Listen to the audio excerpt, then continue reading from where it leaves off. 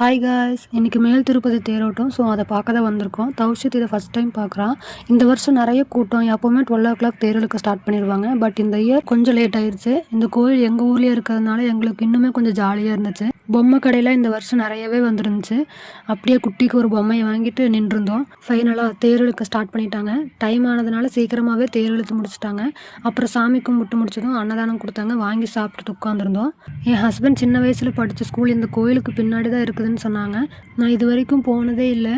இன்றைக்கி தான் சரி போய் பார்த்துட்டு வரலான்னு வந்திருந்தோம். இன்றைக்கி ஸ்கூல் லீவ், அதனால் வெளியே நின்று பார்த்துட்டு பக்கத்தில் பேபி ஸ்கூலும் இருந்துச்சு. ஸோ அங்கேயும் போய் சுற்றி பார்த்துட்டு இருந்தோம்.